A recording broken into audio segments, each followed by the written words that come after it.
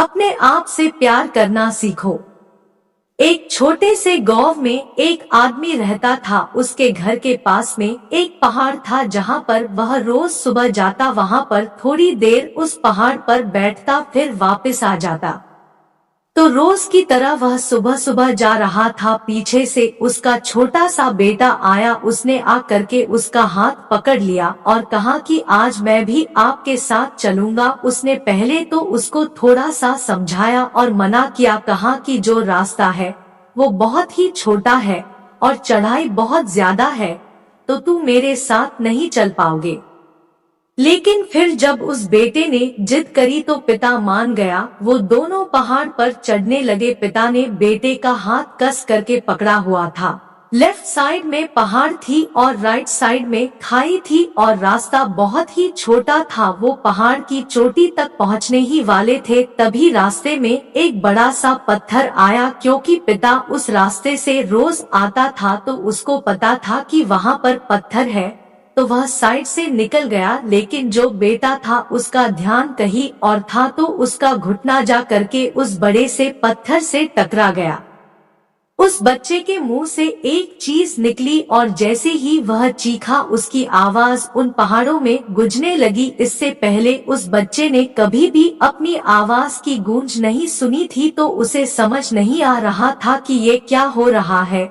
वह अंदर से थोड़ा सा घबरा गया और उसे लगा कि शायद कहीं कोई है जो छुपकर उसे देख रहा है और उसका मजाक उड़ा रहा है।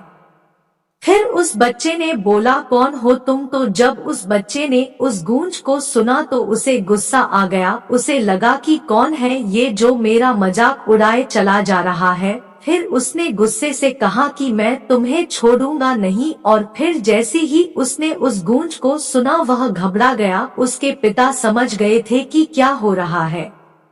उसने अपने पिता का हाथ कस के पकड़ लिया और उनसे पूछा कि कौन है ये जो मुझे इतना तंग कर रहा है, कौन है ये जो मुझे इतना डरा रहा है।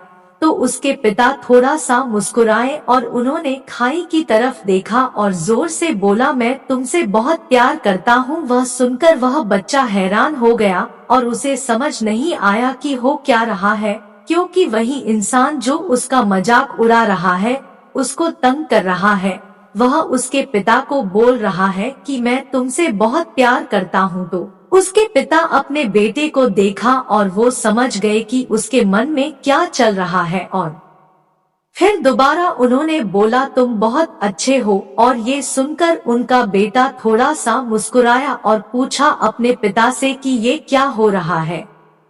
फिर उसके पिता ने अपने बेटे को समझाया, ये जो आवाज तुम सुन रहे हो ना, ये किसी और की नहीं है, ये तुम्हारी ही आवाज है जो कि पहाड़ों में गूंज रही है और तुम्हें अपनी ही आवाज सुनाई दे रही है। जैसे तुम बोलते हो ठीक वैसा ही तुम्हें सुनाई देता है।